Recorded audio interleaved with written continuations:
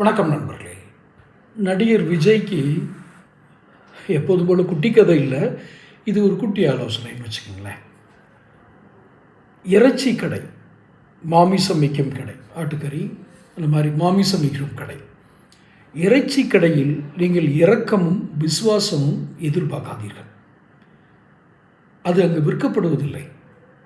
தன்னை நம்பி வளர்ந்த ஒரு விலங்கை, ஒரு உயிரினத்தை கொன்று அதை வியாபாரம் செய்து பிழைக்கும் ஒரு இறைச்சி கடையில் நீங்கள் இரக்கத்தையும் விசுவாசத்தையும் எதிர்பார்க்கலாமா?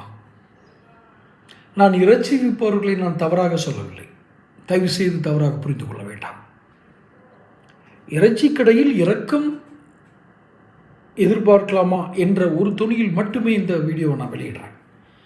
ஏன் விஜய்க்கு சொல்கிறேன் அப்படின்னா, அவர் எல்லா கட்சிகள்கிட்டையுமே இரக்கத்தையும் விசுவாசத்தையும் எதிர்பார்க்குறாரு. இந்த தீய சக்தியை ஒழிச்சிடணும், நீங்கள்லாம் என் கூட வாங்க அப்படின்னு ஒரு விசுவாசத்தை எதிர்பார்க்குறாரு.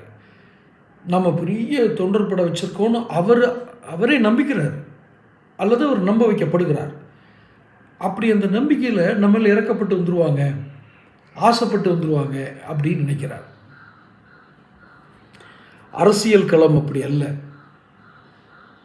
பல உதாரணங்களை என்னால் சொல்ல முடியும். திண்டிவனம் ராமமூர்த்தி காங்கிரஸில் ஒரு செல்வாக்கான மனிதராக தமிழக காங்கிரஸில் இருந்தவர், அகில இந்திய காங்கிரஸ் வரை நல்ல செல்வாக்கு பெற்றவர். அவர் எப்படியெல்லாம் அவர் தனி கட்சியெல்லாம் தொடங்கினார் நினைக்கிறேன். திண்டிவனம் ராமமூர்த்தி எப்படியெல்லாம் அலக்களிக்கப்பட்டார், மரியாதை இழந்தார் அரசியலில். இப்போ ஐயா இருக்காங்க எனக்கு தெரியல, ஆனால் அவர் எப்படியெல்லாம் அலக்களிக்கப்பட்டார் அம்மையார் ஜெயலலிதாவால்.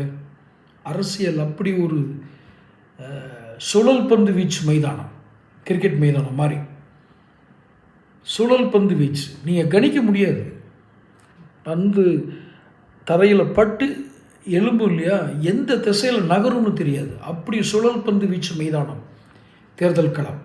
உங்களுக்கு ஆலோசனை கூறுபவர்களும் வியூக அமைப்பாளர்களும் உங்களை மிக மிக தவறாக வழி நடத்துகிறார்கள். கூடுதலான ஒரு சுமை என்னென்னா உங்களுடைய ஆணவம்.